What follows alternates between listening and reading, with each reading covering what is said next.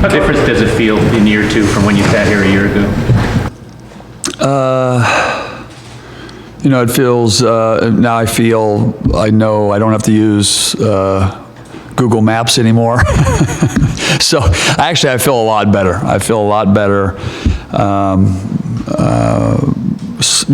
Personally with family, we've already bought and sold. So we're now, foundation is great, family's happy, know my way around. I've met a lot of great people, basketball-wise and support. Felt what I know it could feel like every game here, what makes this place special, and and able to build on that. Last year it was kind of the unknown, and now I know what we're working with, so we're really excited about that. Mike, what does success in year two look like for you? Small wins and losses, or is there? Again, I think for us, big picture was, how can we put give our team a chance to play for a national championship, and that's getting into the NCAA tournament. And you feel if you can have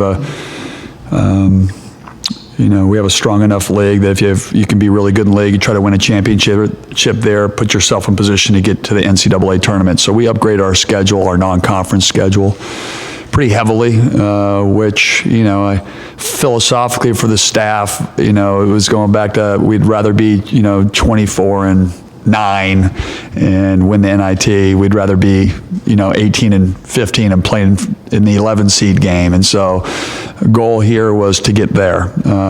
We're still, people talk about, 95% of the scoring back, which is great, a veteran team, but there's still 34 games under our regime. And so still a lot of growth, trying to raise the standard, trying to build upon what we built on last year. So to answer your question, our standard, until we win it, I'll never be happy.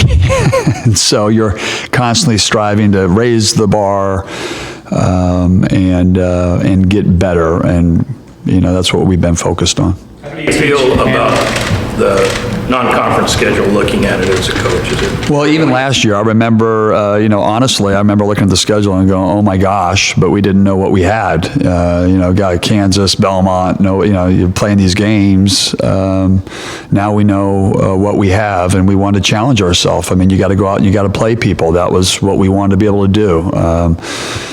The kids are believing in what we do. They know our system fairly for the 34 games, and are playing some teams that we have familiarity with from last year that kind of handled us pretty well. So we have a chance to go back and show our improvement and have an opportunity play against the best. So we're excited about that opportunity.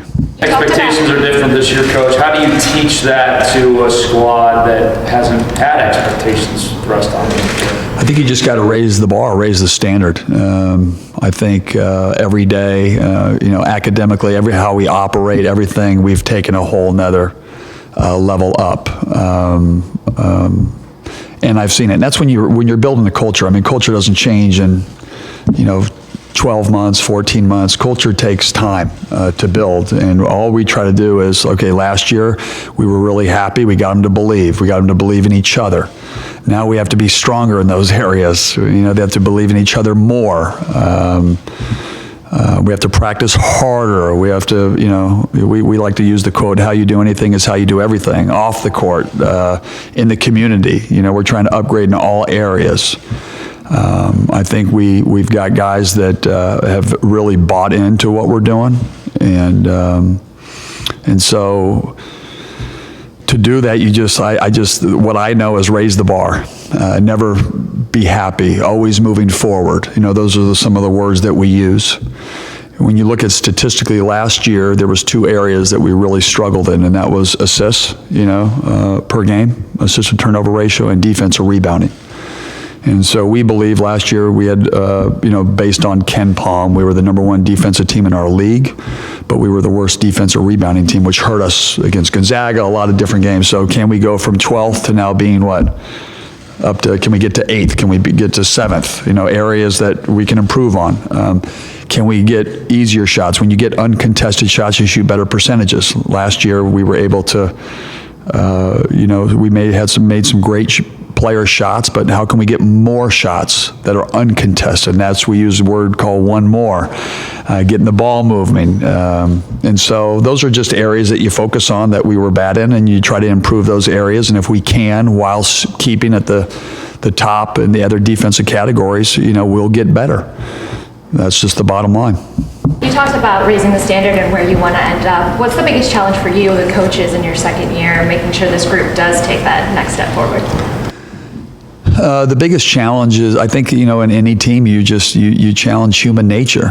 He had mentioned expectations. How do you manage that? Well, that's a whole new journey. You got them to believe. You got them to believe in each other. How do you strengthen that? And so that's the unknown.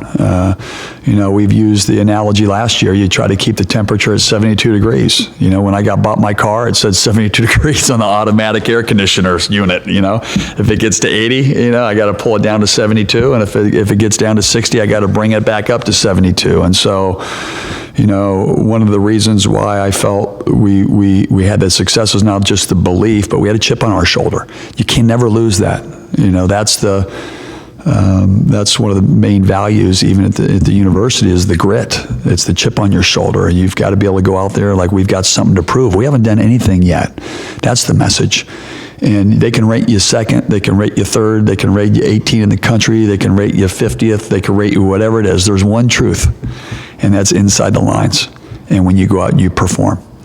And, that's what we're trying to, message every day. And we've been practicing hard, we've been working hard, and but there's that one truth, and we'll see what happens. David, Chris made the switch with the guard spot last year. Do you go back this year, or do you kind of keep where he's at? How do you? No, David has been probably, the best leader that we've had last year, this year, buying into our culture, trying to spread the word, trying to play the right way. It just goes back to he has to be better in those areas, assisting more. We believe he can average 5 or 6 assists a game, which would be huge. David has a scorer's mentality. Sometimes, you've got to take a couple shots less, but better percentage. He knows our offense now. He knows what we expect. He's been great on the defensive end for us, but he's been incredible for us in the locker room. You mentioned 95% of your offense is back, but you've got some pretty decent names showing up. How do those guys fit in? There's not really a lot of basketballs to go around there. At the end of the day, usually playing time works its way out. You go out there, you got to be able to play within our system how we want you to play.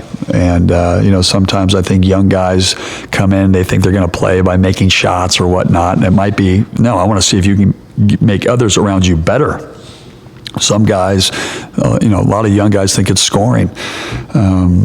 Sometimes it might be, how when you can put them in the game, they change the energy level of your team from rebounding to extra possessions. Those are the things that we're trying to fit these guys in with. I think the hardest thing with this team early you have 8 returning guys.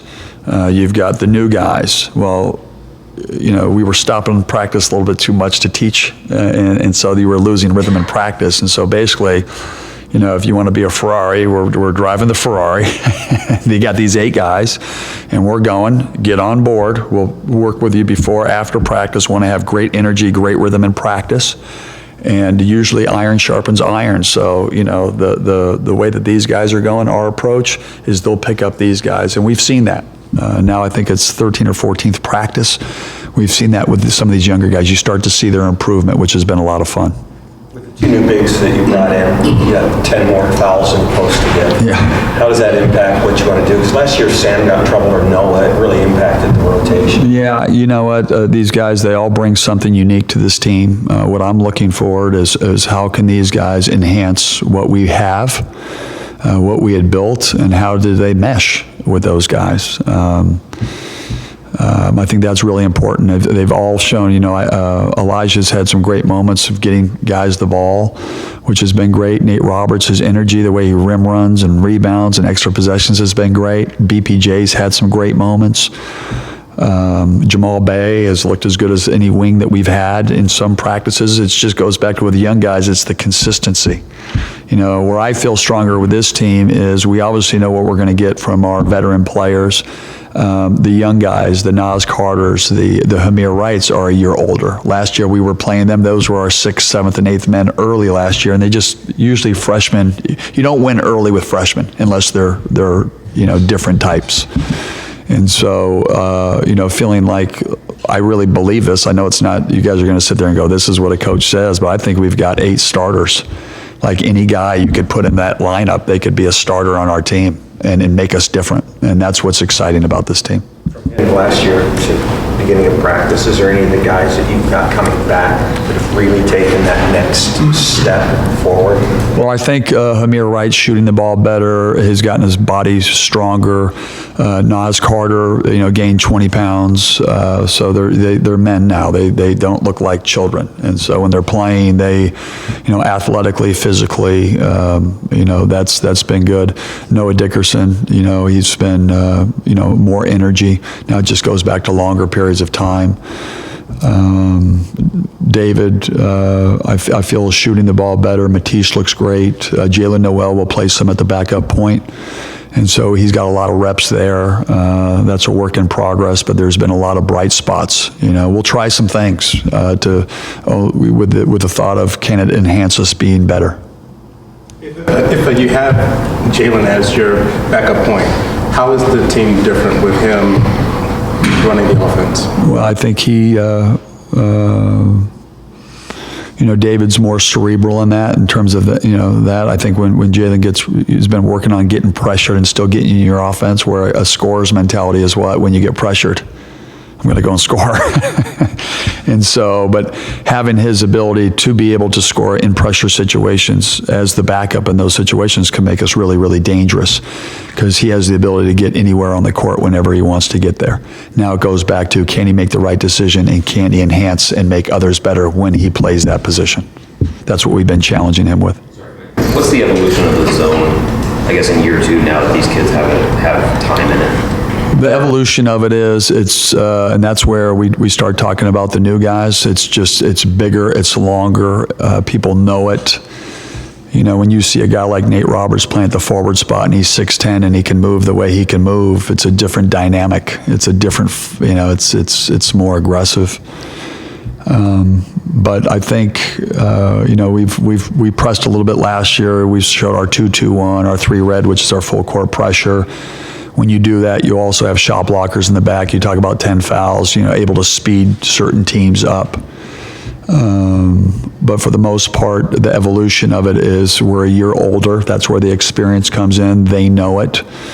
When Jalen's usually when Jalen would be at the point guard, he still plays the bottom of the zone. And now the top of your zone is Matisse Thybulle and Nas Carter, who are 6'6", long, lanky wings. It's just different dynamic. But evolution during the course of last season among the teams you played here in the conference as the season wore on and the way they attacked your zone? You know what, I felt like teams can get comfortable at it. Certain teams that were able to control the tempo. From day one when I got the job, it was I love to be able to control the tempo. Certain teams that could control the tempo against us, teams that took time off the clock, hurt us. And those types of teams also, when they do that, you get out of rhythm offensively, the flow part of it. And we lost to, if you look at specific teams, Oregon State twice in overtime, Stanford, Oregon State's a lot like Utah. We lost to them twice. So it's really a style part. But it's one of those things where we've been tweaking, figuring out ways to really combat that against certain type of teams where, I won't talk about it now, but where we're, preparing ourselves to be able to be successful in those situations. I think in anything, just like last year, we gotta stay together and we gotta believe in each other. I think sometimes when you haven't been there before and you get there or you think you got there, that's where the human nature, like I'm going to do it myself, I'm going to take over the game. No. Our biggest thing is tougher together. A game, Noah Dickerson, against Kansas, he got the ball 29 times in the post. Why were we good? Because if they played man-to-man, he scored. And if they came to double team him, he made a great pass out, which enhanced everybody else. Goes back to Jalen Noel. If he's scoring, they double team him. We've got other guys that can help us, especially win games. And that's what makes a great team dangerous. The ball moves, it goes to the open guy, and we try to get an uncontested shot. A guy who's surprised me going back to there, and he's been the hardest worker since I've got here, and he's playing at a high confidence level, and he's a difference maker, is Dominic Green. He's as good a shooter as I've ever coached. He's a weapon, and a guy just gives it 110% every day. You talked about turning weaknesses into strengths, like defensive rebounding in the zone. What was the biggest culprit, do you feel, when you broke the tape down last year, and how do you feel like you can address that? You know what, I think last year, just in different zone attacks, you're susceptible, the zone's susceptible to defensive rebounding lapses anyway. There's a lot of holes in it. It's not going box out like man-to-man. You're changing a lot of habits in terms of rebounding from kids, and so they've got to learn all new habits. We hit and go get. We have to go to certain areas. You're almost creating a triangle in the middle of the paint where it's protection, and the guards have to be involved for long rebounds. I think that's one thing that we're getting better at. I think a big part of it is, in a lot of the games when we couldn't score last year, our best scoring lineup was a small lineup. And so, you're going 6-3 in the back line, 6-7 with Noah at the center. And so getting bigger in those positions helps that cause, from, defensively forcing them to miss, but then able to be able to go and retain the ball. That's going to be a huge part if we have the success that we believe we can have this year. To add on to that, the second part, the assists that you mentioned, what was kind of the biggest culprit, and what do you think is going to change? It just goes back to, you're trying to get your best shooters great shots, and if they get taken away, we have, I think, 5 guys we can put on the floor that can all have big games. It's just stressing the one more. I think a lot of guys, when you're a thirsty scorer, which we have a few of those guys, you've got to be able to be aware of everybody around you. And so awareness of where Dominic Green is at all times in transition off screens, understanding that you might have a good shot, but there's a great shot in the corner. And that's a culture piece. That's something that you try to fight every day. You're not perfect. You don't want guys thinking that they have an open shot and they shoot a contested shot. You don't want them thinking that, because some guys can make that. But usually you want that to be the last 10 seconds of a shot clock where you're forced against really good teams to make that one-on-one play. But early, it's the ball movement, better ball movement, better cutting, better screening. Doing what we did last year, but at a higher level of execution, basically. And then the thought of one more. Mike Jones took a big step at the free throw line a year ago, and that really impacted his numbers. Huge. What's the next step for him? Who was that? Yeah, I just think, Noah had games. I mean, he had against DeAndre Ayton. I mean, he can score against anybody. He just has that ability when he's on. And so it was more so the consistency there. His foul shooting really improved, which helped us. He has the ability not only to score, but to get you in foul trouble. And that's the double bonus. He's begging me to shoot threes, but he's been working on it. And he's really improved. But it's just, it goes back to what we talk about, like the consistency part of it. Okay, so 70% of the games you were the best player in the country, the best player in the league. Now we need to get you to 85% of the games, and that's part of raising the bar. It's never going to be perfect, but you're striving for that. That's what you're pushing these guys to, that level. And, usually through my experience, when you set the bar and your culture's this way, they'll adapt to it. How does that sort of struggle with like him wanting to be more of a three-point shooter, and obviously his strengths are down low? How does that play out, and where do you think that goes? Well, again, I don't, nothing out there is done with an experiment. We'll experiment in practice, and a lot of stuff is tried and true. And so, you prove to me that you can do that in practice at a high rate. I think I gave him 65% of open ones. If you can prove that you're shooting that, and I won't tell you what he's shooting right now to let you know, but if he can do that, then yeah, that's smart coaching. But we're going to do what's best for the team. It's the team. It's tougher together. It's the extra pass, playing the way that we want you to play, because we proved last year that if we execute our game plan, it didn't matter who we played, we would win. And that was proven. Now can you consistently do that and execute that over time? Last year, you had spent a lot of time installing the defense and teaching it. We saw a little bit of man-to-man. We saw a little bit of full court pressure. Is this something that, now that you've got that base defense in, that you can expand on and do other things? And who are some of the guys that really know this defense backwards and forwards? Well, I think, it's a great question, because, we have to evolve as a program, and it goes back to, do you go what really worked? You definitely do that. What can we show against some of these other teams that gave us problems where we can change the tempo? Those are things that we've been working on, but I think we're going to hang our hard hat on that zone. They believe in it. We got really good at it. Now we're bigger, and it will be better.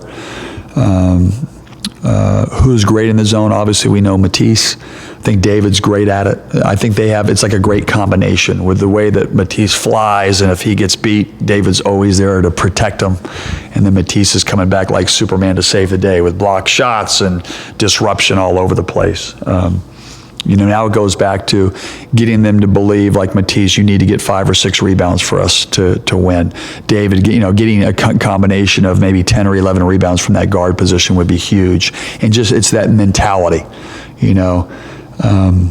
part of coaching, in my opinion, is the simplicity, like keeping it as simple as possible.